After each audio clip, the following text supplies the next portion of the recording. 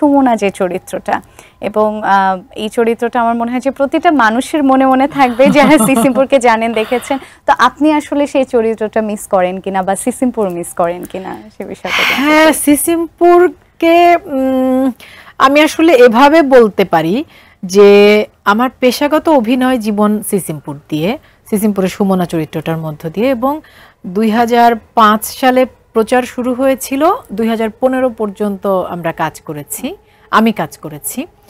তো যেটা হয় যে 10 বছর যখন একটা চরিত্রের মধ্য দিয়ে আমাকে দর্শক দেখতে পেয়েছে, ওই পুরো প্রজন্মটার মনে মাথায় ওই চরিত্রটা বা সিসিমপুরের চরিত্রগুলো গেঁথে গেছে। হ্যাঁ, আমি যখন সিসিমপুরে অভিনয় শুরু করেছিলাম তখন আমি নিজে মানে সদ্য ইন্টারমিডিয়েট পাশ করে অনার্স ভর্তি হয়েছি, এবং যারা সিসিমপুর দেখছে আমার দর্শক, তাদেরও সকলের বয়স 5 থেকে 15, মানে প্রাইমারি স্কুলে, হাই স্কুলে পড়ে।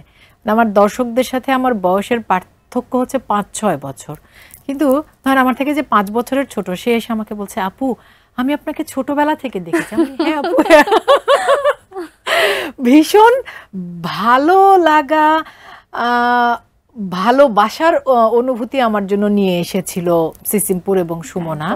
আমি বলি যে সিসিমপুরকে আমি মিস করি না, আমি আসলে যতদিন বেঁচে আছি সিসিমপুর এবং সিসিমপুরের সুমনা আমার সাথে, আমার মনে থাকবে। কারণ ওটা ওই কাজটার জন্যই আমি মনে করি যে আজকের আমি, মানে ওটা আমার শুরুকে তো আসলে শুরুটার সাথে থাকে। যেটা হয় বেশিরভাগ শাড়ির সাথে আমার জন্য একটা করে চিঠি লেখা থাকে, হাতের লেখা।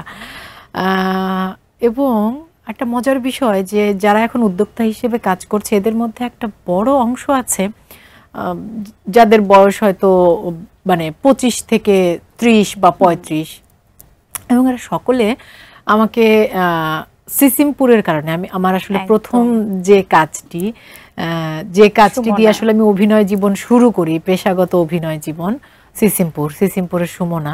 এবং অনেক চিঠি আমার কাছে আসে, সুমনা আপনি আমাদের বেড়ে ওঠার সাথী, আপনি সুমনা, মুকুল এদের কথা বলে।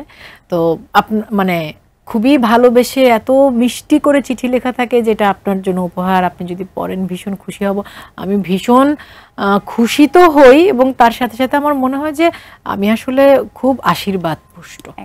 ভালোবাসা পাওয়াটা খুব ভাগ্যের ব্যাপার।